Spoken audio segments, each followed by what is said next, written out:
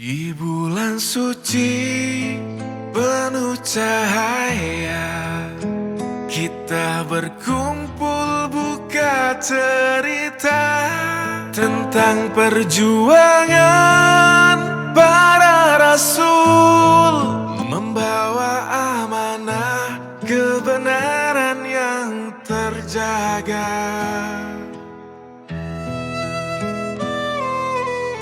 Inilah kisah para rasul, menyapa jiwa di malam teduh, mengajarkan cinta, sabar dan sungguh, agar hidup kita semakin utuh. Dari ujian yang berat sekalipun, mereka teguh hatinya tak runtuh, mengajak manusia menuju yang lurus dengan doa, harapan dan petunjuk.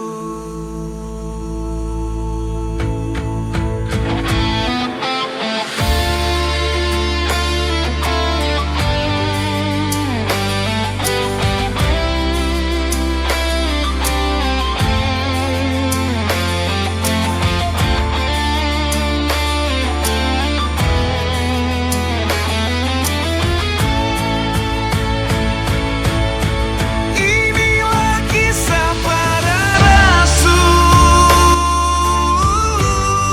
menghangatkan malam yang teduh. Di bulan suci kita bersimpuh, menyerap cahaya yang begitu utuh.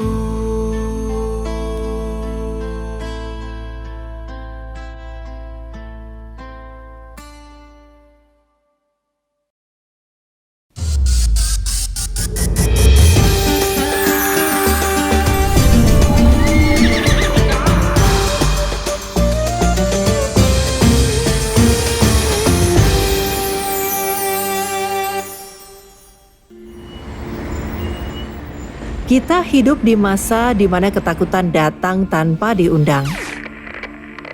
Takut kehilangan, takut gagal, takut dilukai, bahkan takut terhadap hal-hal yang tidak terlihat. Ada luka dari masa lalu yang sulit disembuhkan. Ada iri dan dengki yang merayap di hati manusia. Bahkan terkadang kita sendiri menjadi sumber kegelapan bagi diri kita. Saat kita kelelahan dalam menjalani hidup, Allah menurunkan 3 surat sebagai tameng bagi jiwa untuk manusia.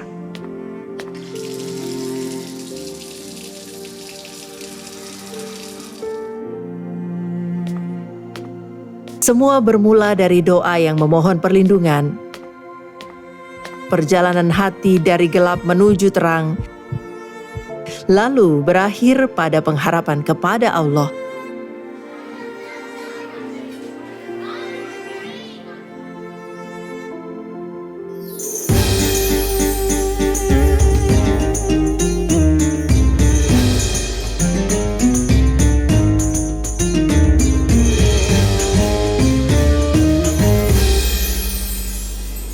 Sadaqallahul azim. Ada 3 kegelapan dalam hidup manusia. Dan menariknya, semuanya Allah singgung dalam surat Al-Falaq. Allah berfirman, "Wa min syarri ghasiqin idza waqab." Dari kejahatan malam ketika gelap gulita. Kejahatan itu sering datang saat malam turun. Saat seseorang merasa sendirian. Ketika pikiran mulai mengalir ke tempat-tempat yang tidak baik. Ketika ponsel membawa kita ke ruang-ruang yang gelap. Konten yang merusak, komentar yang menyakitkan, atau pergaulan yang menjerumuskan. Setiap orang punya malamnya sendiri. Kadang malam itu benar-benar gelap. Kadang ia adalah kesepian.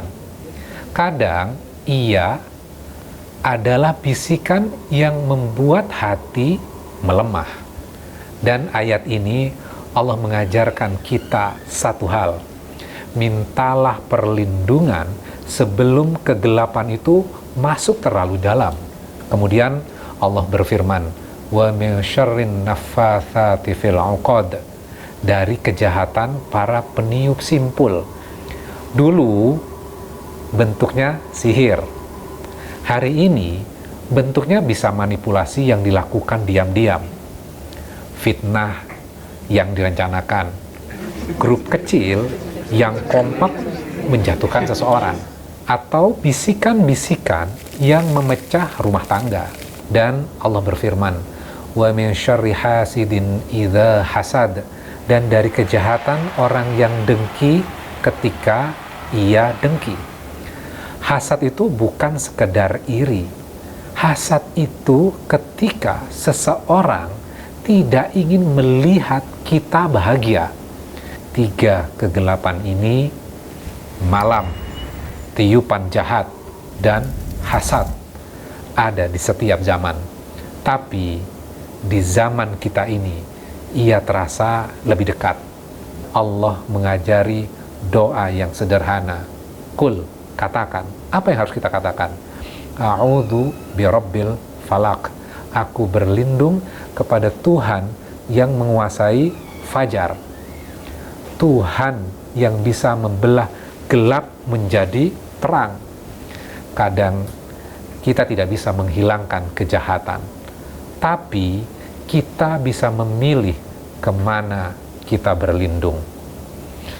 Anak-anak sudah bisa memahaminya?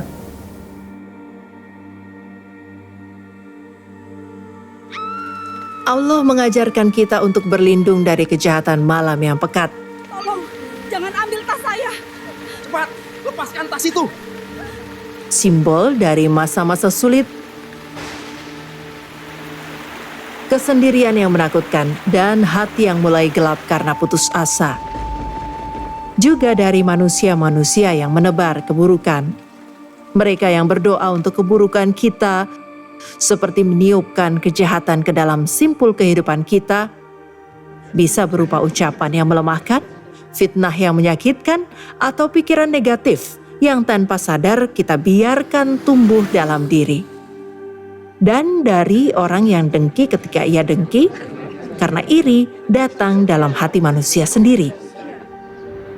Surat ini mengajarkan, ketika hidup mulai gelap, jangan lawan dengan amarah. Lawanlah dengan doa kepadanya.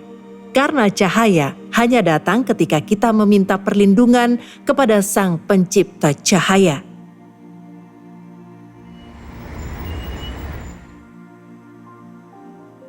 Namun, tidak semua bahaya datang dari luar. Terkadang, musuh paling sulit dikalahkan adalah bisikan yang bersembunyi di dalam dada. Bisikan yang membuat kita ragu, cemas, merasa tidak cukup, merasa sendirian. Di dalam surat An-Nas tertuliskan 3 panggilan. Rabbin Nas, Malikin Nas, Ilahin Nas. Tuhan manusia, Raja manusia, dan sembahan manusia. Dengan menyebut 3 nama itu, Allah mengingatkan bahwa kendali hidup tidak pernah ada di tangan manusia, melainkan di tangannya. Ketiga gelar ini menegaskan bahwa Allah adalah tempat berlindung, penguasa, serta sesembahan seluruh umat manusia. Ketika kita merasa kehilangan arah, ingatlah ada Allah yang menuntun. Ketika dunia terasa sempit, ada Malik yang memegang kuasa. Ketika hati penuh takut, ada ilah yang layak diserahi segalanya.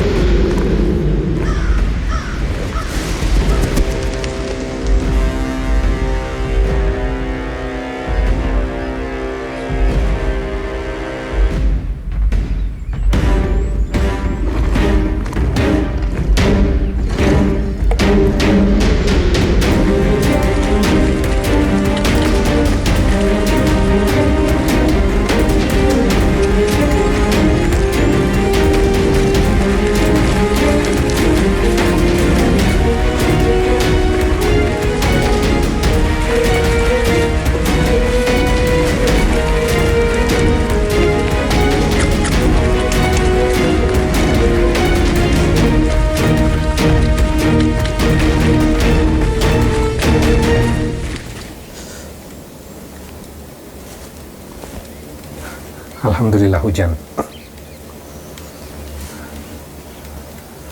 Kalau ada bom meledak, kita bisa berlari. Kalau ada orang jahat datang, kita bisa melawan. Tapi pertanyaannya adalah bagaimana kalau musuh itu tidak kelihatan? Ia tidak berwujud, tidak bersuara keras, dan tidak menyerang secara langsung. Ia masuk pelan-pelan, menembus hati, membisikkan ragu, menyalakan iri, dan memompakan rasa takut. Allah berfirman, alladzi yuwaswisu fi sudurin nas, yang membisikkan ke dalam dada manusia. Dalam tafsir klasik, sudur menunjukkan kolbu, pusat iman dan pusat keputusan. Emang apa bahayanya? Kan cuma bisikan saja. Disitulah letak bahayanya. Karena pusat kendali kita diserang. Kalau hati sudah rusak, seluruh hidup bisa ikut rusak. Efeknya jangka panjang dan destruktif, membuat kita meragukan diri sendiri, menumbuhkan curiga tanpa adanya bukti, menggiring hati ke iri dan benci, menjadikan amal sebagai kesombongan, menanamkan takut pada masa depan, padahal Allah sudah tolong kita berulang kali. Karena musuh ini tak terlihat, terus apa yang harus kita lakukan? Allah memberi benteng yang lebih kuat dari sekedar logika. Kul, kata Allah, katakan. Apa yang harus kita katakan? A'udzu birabbin nas. Aku berlindung kepada Tuhan manusia. Malikin nas, raja manusia. Ilahin nas, sembahan manusia. Pengakuan ini mengingatkan bahwa hanya Allah yang mampu melindungi manusia dari yang tak terlihat. Bisikan itu berasal dari siapa sih sebenarnya? Minal jinnati wan nas, dari jin dan manusia. Artinya, tidak semua bisikan itu datang dari setan jin. Kadang ia hadir lewat manusia. Kata-kata yang melemahkan, ajakan yang menjerumuskan, hubungan yang perlahan membuat kita jauh dari Allah. Karena itu, kita bukan hanya perlu perlindungan saat lemah, tapi bahkan saat kita kuat. Karena justru disitulah bisikan paling mudah untuk masuk, mengangkat ego, menurunkan iman, dan menjatuhkan kita perlahan-lahan. Atau cemas menghadapi masa depan akan perlahan menghilang. Allah akan kuatkan hati kita